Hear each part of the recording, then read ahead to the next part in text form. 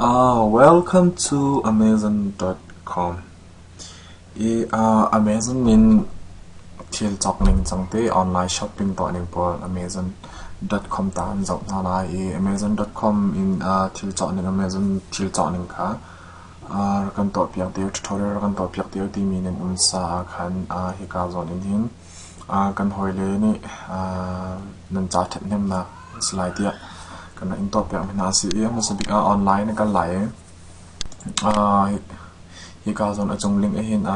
www.amazon.com phang en thong nan click lai mak kan ni hi chok lai ama Amazon pay ka chok lai ye ba chen hi ka zon a hin source to mi ka zon a hin nang man du mi talai chite nang man du mi ka search kan searching to ko si hi ka lai zong a hin department in cha mi na ome thil policy ma chen outdoor post spot ten ha policy ma couple ka phun phun ga len zau kho si cha book pol chen music video pol chen electronic computer ten chen home chen in chung theory de pol in lang ye pong pal dum to na de pol an thu pol ten ha ma chen ke tam nap ten ha te couple ka phun phun numนี่ก็พอกันนั้นดูมีเป้ากับพุ่นพุ่นนี่ก็เลยจงหันเจ้าขอสิสลาวแล้วอีกการจงเซาส์ที่มีนั้นดูมีขาดเดียลิงขันรักชอบเขาเลยนี่ก็เห็นกันดูมีทิลประคัดกับทิลโอดังหนาดิงจ้าจนหนาดิงจ้าประคัดกันเจ้าหน้าไรmain dress shoes นี่สิลาวโอเคมีสิกาโซเห็นดูมีกระเด็นขานาทิมลาย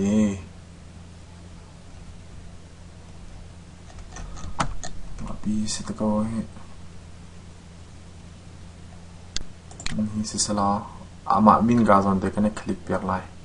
ก็มีกาโซนเฮเนี่ยคลิกเปียกขันปุ่งมีช็อคเฮกาโซนเห็นมากระเด็นเนี่ยสไตล์ที่ใจบรรทุกดัชซีที่มีค่ะเจ้าขอเสียหมายเลยอินจนมีอันนูเลยเชียร์จงเลยอินให้บรรทุกได้มากค่ะเจ้าเปียกขอเสียตั้งเลยเสีย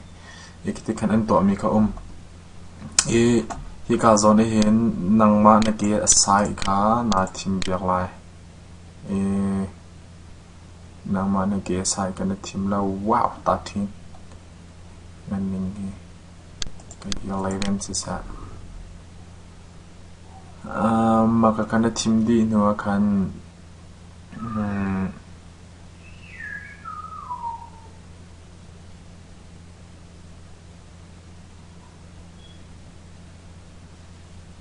one day shipping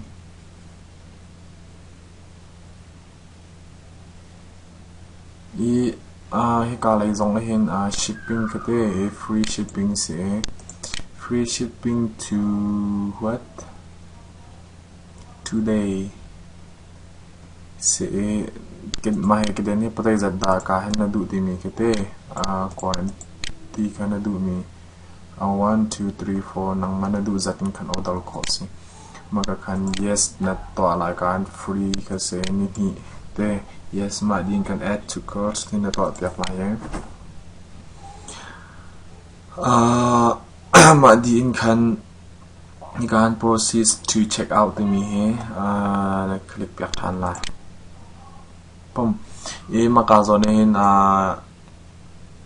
zai ke ta lai Amazon account kan ngai ma ngai lo ti mi kan hal ina ngai chang chan am returning customer and my password is timi kana to apyak lai kan email na tel lai so mi thal na sia chon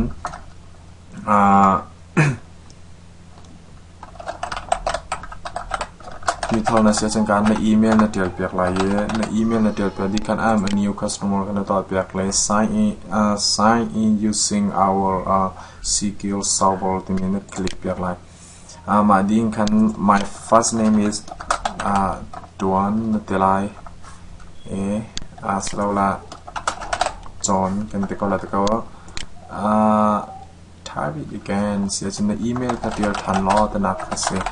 the email you're tan nak and back in the email ka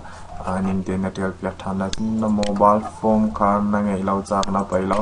emi akan hal la kan tel than te la ye passport kanang na du mi na tel piak lai te nang man du mi na tel piak lai mi ni an thai lo na ding cha khan nang ma na du mi na phil lo ding kha bi pi phone man na tel piak di khan create account na to piak la makakan enter a new shipping address se he ka zon ne hin ha thil a cho tu min ta ka wo foina san nang man min chon nak chin chen na address bung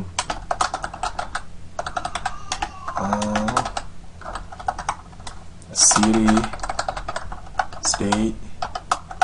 zip code country and phone number matchan address type you can select address residential na to piak lai chen security code bill senang man tu mi kan na tu chen a code number delivery code number kana tel piak lai maka sala yes. Is this address also your building address? Yes. Continue.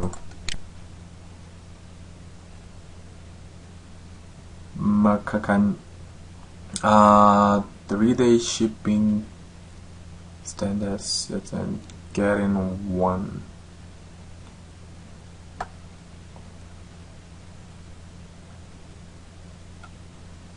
They told me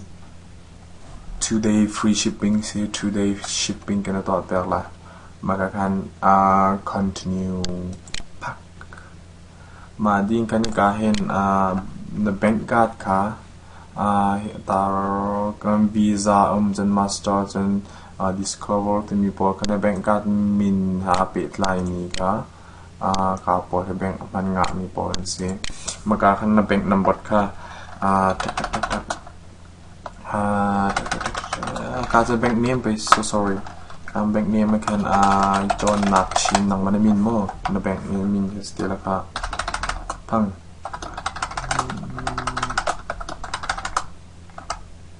lung thai ruk phong so ka te bank number ka pa so la chen kana chiang te